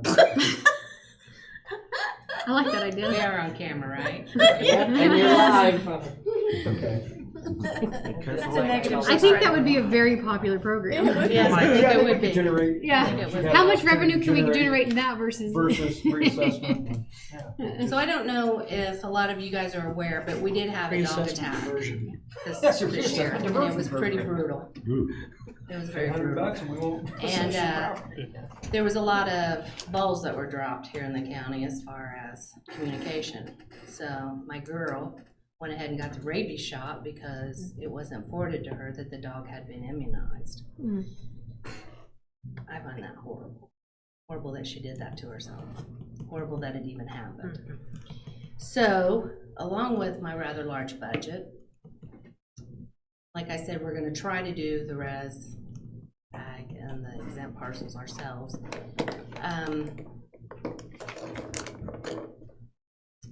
If we find that it's too dangerous, because we are living in this volatile world, I may wanna pull back, come back before you guys and grab some more money and maybe do pictometry. Pictometry, we can set that up on the 2-year, 3-year, 4-year flyovers where we don't have to leave our desk. We can just see all the buildings, all the changes. And you can also, we can also purchase a program that would scan the previous year to the latest year's flyovers, and would automatically pick up any irregularities, so that would tell us, oh, well, Ashley put up a swimming pool, or She Jeff did, added actually. you know, whatever. It only took 18 years. Is that the one where you can see the size and everything? That's the street view, is that what you're talking about? You can upgrade to that. Yeah. They'll probably have drone technology soon. You can just send a drone out to go, seriously, I mean, they'll have. Well, in our field, I think it's probably gonna come to that. Yeah, absolutely will, yeah. it'll How be often do soon. those have to be done? Every year then? Or every, Well, or at sections? least every year for, Certain parts. to follow the cyclical path. Take a look at it. Yeah, it's just a matter of How much time. is I don't know yet. And it'll measure everything. You can see I don't know it. I could sell house riffraff. You won't even have to look, it'll download it What'd you automatically. say? Make a big tarp, looks like the ones Oh, behind yeah. the roof. Yeah, don't the military has those things? Yeah, you fly over, I'll take it back Yeah. off. No, but that would be Kinds of scary, things. out Gee, and thanks, dogs. Jeff. I don't know who's Dogs worse, can you or attack you. Scott. We do all kinds of carry, creative thinking going on. I did purchase just Amazon, but it, at the recommendation of David John, That's the thing, they can pinpoint the some problem. pepper spray that kind of looks like a little pistol, Yeah. but it marches, I mean, it's got a That'd be a lot of safety on it. savings to the It's farmer. much better than the tin cans that you carry, because then you have to fumble with the clips. The meter readers carried expandable umbrellas. Mhm. So that way when they deployed, kind of scared the dog away and then you got bigger. We used that for years, but I don't know what's recommended now. Yeah, well, we're carrying a tablet, and we're trying to do, Yeah. and in Kelly's case, She didn't even know this was coming, Yeah, sneak attack. so. Is Dana the only town that does their own building Jones. permits? With I the know. legality of the. Clinton does their own? Well, I'd probably have to get certified, cause my luck, I would send it up into the clouds I don't- until I got can't skilled. Have you ever flown one? No. I crashed Wait, mine no. into the trees out Did of they my pass that guardhouse. information on to her? Colton had just a Well, I cheap think- one. I don't know. Keep going. Pepper spray's a minimum carry.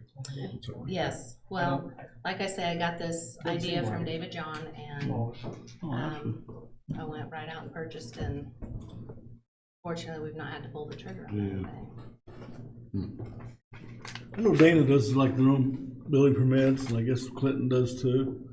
It'd be nice if everybody Do did. they pass that information to you after they receive them? I have reached out to Dana on a couple of different occasions, and I don't get any results. I mean, I know buildings have been done for years that aren't on the taxes yet. In Dana. Well, it can only go 4 years, because we're gonna show up in 4 years. I think it's 3 years. Well, like I said, I've asked for them before. Clinton Uh-huh. City does give us what they collect, and Cayuga gives us what they collect. Okay, and you do 4 years. Yes, every 4 years, we're right Do you there. get the ones from the state, those, when somebody applies to the state for design release, do you get those? No, Oh, that sucks.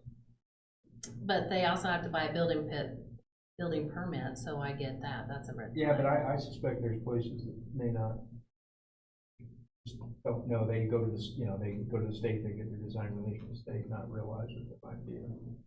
If you have a design release in the town of Fairview, would you get a building permit? 'Cause it'd be like- Fairview, I wish Fairview would Yeah, take Fairview. on the permit system. I think unless it's commercial building, they'd have to get state design. But, should yeah, be that's part what of I'm the saying. If process. somebody built like a Dollar General, which they did, then they would know about it, because there's no permit. They got. If but they it's got something their on the general, state permit, on the state regular design permit. But she thoroughfares, doesn't know we'll about find state it. design release. Yeah. But it's, I Until don't 4 drive down years. Davis Street very often, that one, you unless drive by. there's a reason to be there. So if something happens on one of their small side streets, I wouldn't know. We do have people that will call and tell us that something's happening. Great Camp did that. That's not the most reliable. Permitting system would be best, but Is it getting better, what? the permitting process? No, Yeah. I don't know. no. The Clinton's- unincorporated area is fine. Yeah, the unincorporated areas is fine. So about We get those regularly from Penny. But the towns are terrible. The towns, yeah. One of the things that, I won't mention names, but some counties have decided that they wanted to become member utilities of 811. So that every time somebody sticks a shovel in the ground for any reason, it's required by law that they call 811 to have locates of all utilities. Even if you don't have utilities in that area, they can notify you in case you might want to go check it, but that way nothing gets under the radar. As far as any work that's being done that requires excavation, you're gonna know about it. So if they need permits for driveways, if they need permits for buildings, different So are things you like saying that. like every time pools. they call 811, they tell, If you put a pool in, you gotta call 811 on your own property, and then 811 notifies whoever the utility members are, and then they can determine whether they wanna go out there and mark for utilities or not. And the county might say, well, we don't have any utilities there, such as storm sewers or something like that, but they do need a permit, let's check on it. You know, so there's, And That's- outside of somebody planting a tree or something, they would. planting a tree would be required, you would have to call 811. Right, but that might not require a permit. Right. Right, but they may not care about that, but if But they're if digging a it's gonna trigger foundation for a new garage, they're Okay. gonna have to call 811 and you're gonna be notified. of joint it. inspector and Yeah. whatever, and I think there's flags along our road, like, Now, there's 6 some months out of the who year. call 811, but that's very few. Thank you, Neil. I will look into that. And now it's something that typically, and those counties, what brought that on was, counties typically weren't member utilities. A lot of rural Indiana counties just have storm culverts under a road at an intersection or something like that, or bridges. And most people going out, they're not gonna say, we're gonna dig a hole here, watch out for that bridge, it's not a problem. But, because counties don't operate fiber optic phone lines and water lines typically, but they do have pipes. Well, what some counties have found out with all the fiber optic work that's being done, a lot of their culvert pipes are being drilled through by directional boring. And if only they knew, they could have marked it with green marks and said, don't hit our pipe. That's how they became members, you know, and there isn't a cost to it, you know, it costs so many dollars a year to be that. And then you have to have a person manages all the calls, you know, you might have 1,000 calls a week on somebody wanting to dig somewhere. So you have to sift through all that and say, well, that's a pool in the backyard at Ashley's house, we don't need it. You know, or we do need to look at that or whatever. You mean in the office, 1,000 calls? I'm sorry? In the office or just with 811? 811 may receive 1,000, okay. I'm throwing a number out there. It could, in Vermillion County, it'd probably be like 10 calls a day. There might be 10 call-ins a day for 811 locates in Vermillion County. Somewhere in this county, 10 places they're gonna dig today. Some counties may have 1,000. You know, if you have Hendricks County, there could be work going on all over the place. Okay. But Well, anyway, it's I'll look into a that. way to, it kind of indirectly lets everybody know what's going on, while at the same time, it's, you know, the actual purpose is to prevent utility damage to whatever utility you're providing, storm sewer pipes, roads and ditches. And some of it may be just ditches, you know, if you say a person calls an 811, they're gonna put up something out in the right of way.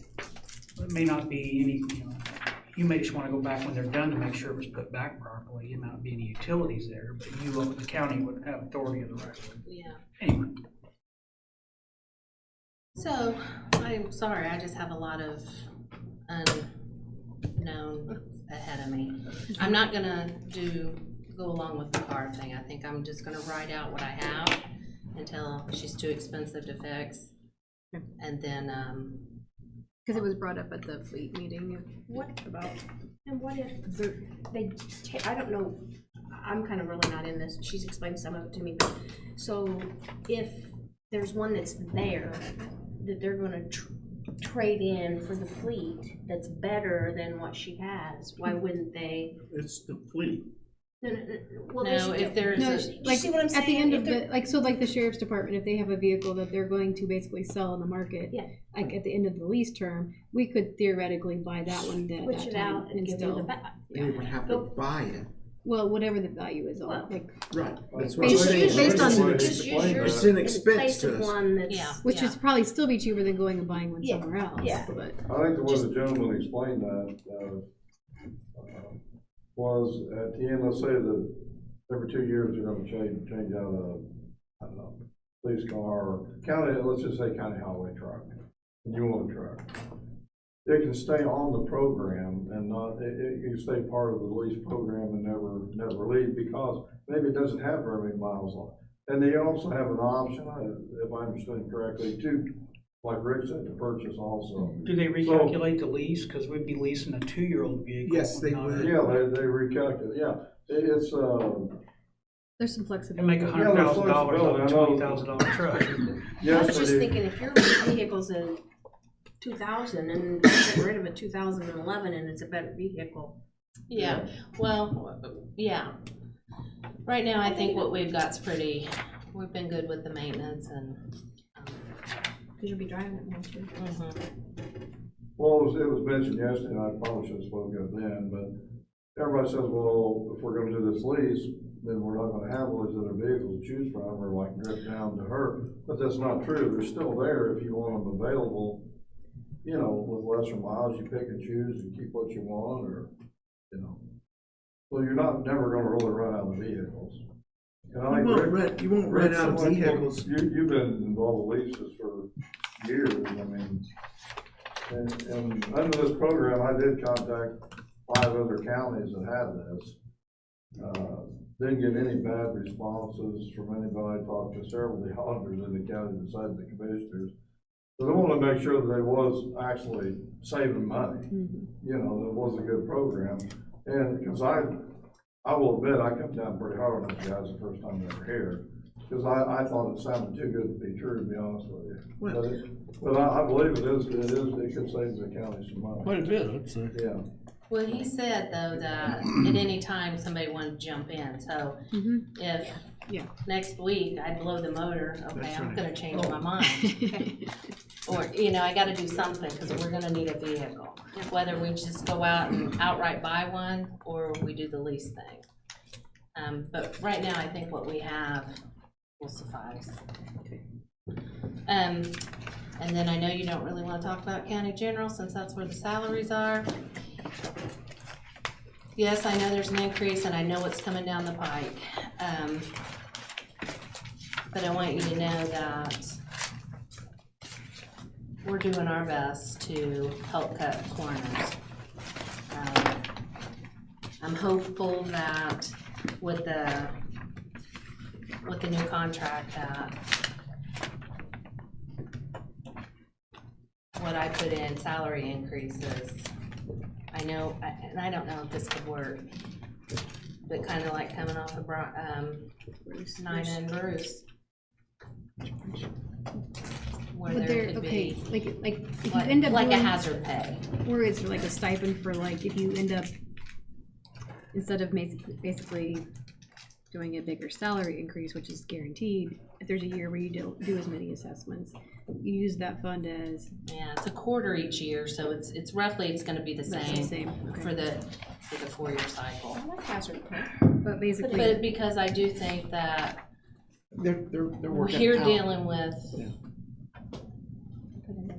They're not working inside here, they're working outside. well, yeah, especially if it lowers the, but do you have any, when will you have an estimate of how much that contract will cost for the commercial and industrial? we property? open it on the 18th, Okay, October 18th. October 18th? Uh-huh. Okay. We just did submit for bids. And I said that in November, I'm hoping to have a contract signed with the commissioners. Okay. I have more than enough money, and I was even calculating what I've got left in professional after moving. Her fund balance is over $1 million. Yeah. I know, but I'm only bringing in, You're bringing in When I about say me- 147, I don't mean me, but you're. but off the interest, we're bringing in a little over $4,000 a month On your interest? on the interest, just from our Trust Indiana fund. I have some numbers here. That'll go down. Aren't they meeting today? Are they meeting today? I don't know. That, yeah. the Federal Reserve city meets does today. that interest is factored in there, although I did not expect it to stay. It's been pretty good. It has been good. It's It been has very been, good. and that doesn't stay with the CD, that comes back into my CUM fund, which is like roughly, I think, 90. So I have 250 now, and I think by the end of the year, providing no transfers, no nothing, I really only need 187 to see me through the end of the year. So that's why I'm budgeting high, but I'm hoping to take some money out of that. And this doesn't come out of general fund, let's just go with it there, how's that? And what I don't spend, it always goes back. And I believe you guys get to see everything that I write, claim for. So I don't think we abuse it at all.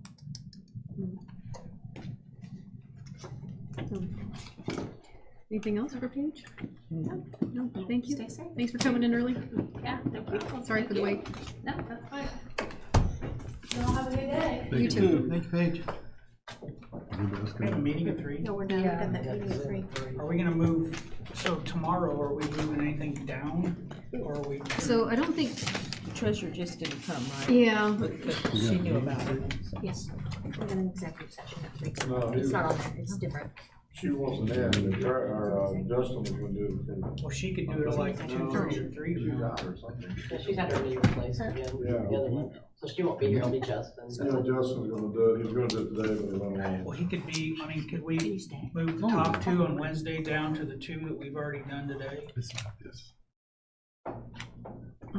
I'm sorry, say that. So we can move the We've done treasurer 2 down. today, and we've got 2 above them, 2 o'clock and 2:15 tomorrow, they could be moved down. and She was press the looking, schedule let me more see, in she the got a hold of afternoon. that stuff. that here, everybody LCC. look at LCC real quick. Yeah. That'll be like 2 seconds.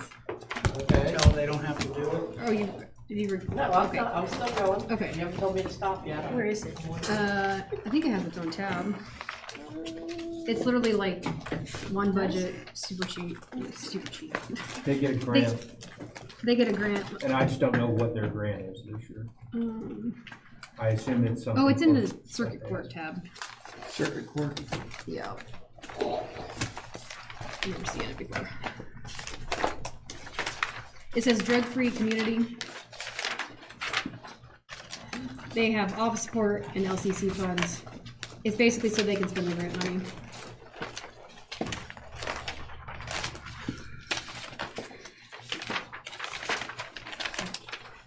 So,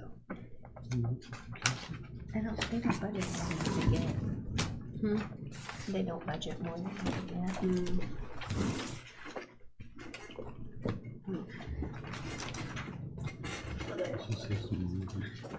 We don't think anyone's coming for them tomorrow. Do that, I'm sorry, what? I don't think anyone's coming for them tomorrow. First we did. She was calling. She was calling her. So, LCC stands for Local Coordinating Council.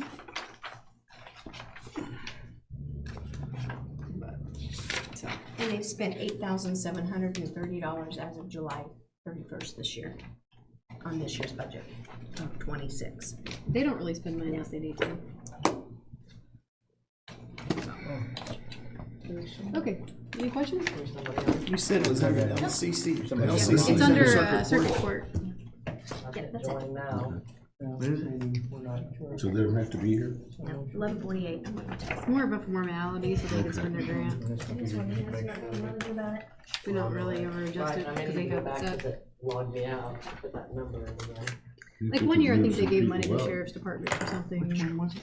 It's in the back of the court, circuit court. Drug-free community? Yeah, Okay, cool. We'll Yeah. work together.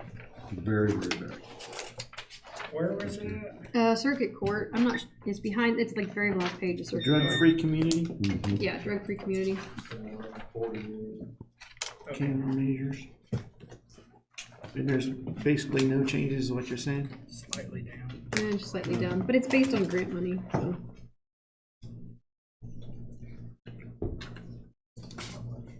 Okay, Who would normally present it? Brenda has the name. It used to be Elaine Pastore a couple years ago, and it switched, I think, maybe last year. So, I'm not sure.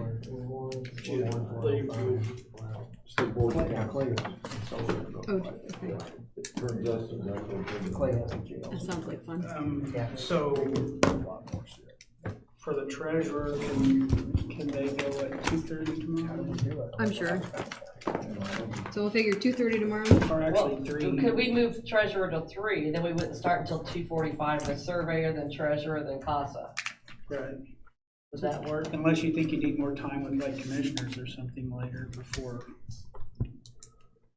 They have an hour. Yeah, we got 25. They have an hour and a half basically between Commissioners have- highway and, Right, between highway and yeah, so, surely an hour. so start at 2:45? Oh, yes, if that's all right with everybody. Yeah. 2:45? 2:45 we're on, you good with that? That's fine. Okay, good. 2:45. That's not kid. Start 2:40. How are you? Yeah, we're gonna start at 2:45 tomorrow.